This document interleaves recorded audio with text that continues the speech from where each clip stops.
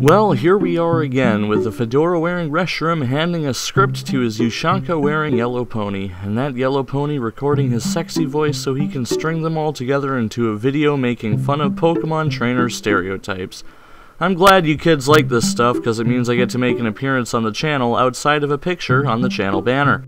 Now, if there's one thing Impy hates, it's a very small selection of Pokemon, but for good reason.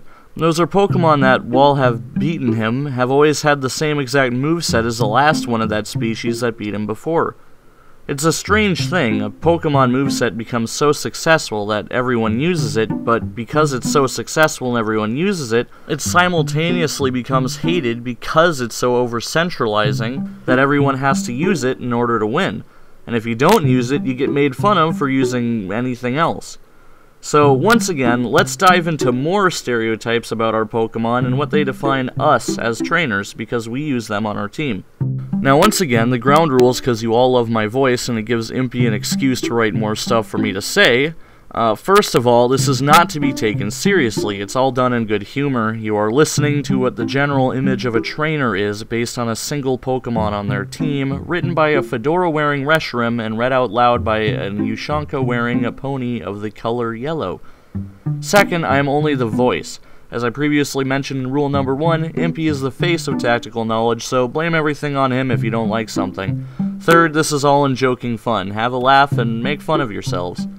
Now that all 3 rules have been said, let's get started. You may say a Pikachu is the mascot of Pokemon, but let's be honest, if you remember Blue and Red, which of the 2 Pokemon you saw did your parents buy you? If you're like Impy, who says with a claw over his heart that he picked Charmander every single time, you picked it because you liked the idea of training a fire-breathing dragon and becoming the champion. Everyone wanted the fire-breathing dragon, even me. Everyone wanted Red. And many people picked Charmander, and thus Charizard, because of that reason. Anyways, trainers who use Charizard that Impy has noticed prefer to use the Charizard Y variant for the Drought ability and the Solar Beam combo into Rock, Ground, Water type Pokemon. These are your typical Charizard purists that like Charizard as he was, a giant target for Rock Slide. Those who use the X variety are more classy people who love their fire-breathing dragon enough to accept a new weakness in exchange for giving their starter the typing it deserved, and they don't mind getting down and dirty in physical combat. This Pokemon represents every single trainer out there, no matter who or what they are.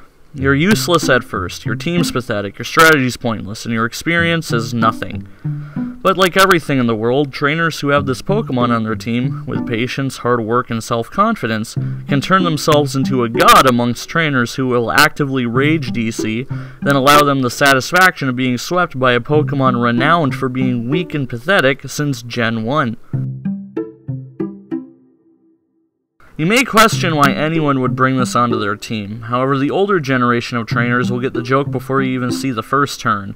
If you see this on someone's team, that means they struggled through the hardships of Viridian Forest in Red and Blue and walked out stronger than ever before. They may even be old enough that they'll tell you kids how you're so lucky with your starters nowadays that you get a stab move right from the start. Back then in Impy's days, all he had was Scratch and Growl. Try beating a Metapod with only those moves. Impy still has nightmares about his Gen 1 days and those endless hours watching Metapods harden over and over again because he didn't know about the runaway feature as a kid. Never has a Pokemon had its gender assumed more than this cute, lovable gal, guy. See what I mean? Really hard to talk about without trying to assign a gender. People who have Sylveon on their team will have one of 2 varieties that Impy has spotted. First one is a typical shiny hyper-voice pixelate Sylveon that also seems to be a female every single time, has choice specs strapped to it, and unless you're prepared for it, you get absolutely destroyed by it. A second is the rarely seen attract cute charm Sylveon that you never see because it's very weird to see a cute charm Sylveon. This particular Sylveon catches Pokemon teams off guard, and it absolutely devastates them because the attract mechanic is worse than confusion. So rare to see it that you never see it, unless you're Impy, or battling Impy, in which case Sylvia, his Sylveon, would like to meet the boys of your team. What I'm trying to say is that people who use this Pokemon are up to crazy shenanigans. This Pokemon brings Christmas joy and holiday cheer, and makes you think of a nice person giving you a present for no other reason than because they want to. Then, seconds after they leave, your present explodes in your face and you realize how much they really hate the world. People who use this Pokemon are nice guys and use this around the holidays because they are just being silly and having fun, or they just want to see you suffer, which, when you face this thing, it's actually hard to do. So here we arrive at Smogonbird, the bird of Generation 6, the famous no-skill bird that people used. Back in Gen 6, if you had $1 for every encounter where you guessed its moveset, item, and ability right, you'd be a millionaire. Gale Wings? Check. Choice Band? Check. Tailwind, Flare Blitz, Brave Bird, Roost? Check, check, check, and check. Skill? What's that? All I need to do is Brave Bird everything and I win. Thank Arceus for Generation 7. Okay, let's see. Okay, so what's the stereotype people use this Pokemon again?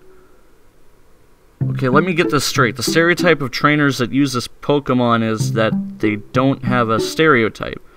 That doesn't even make any sense, Impy. I mean, sure, Sawsbuck's hidden ability is useless because nearly all of the moves that make use of it are special attacks and it's a physical attacker.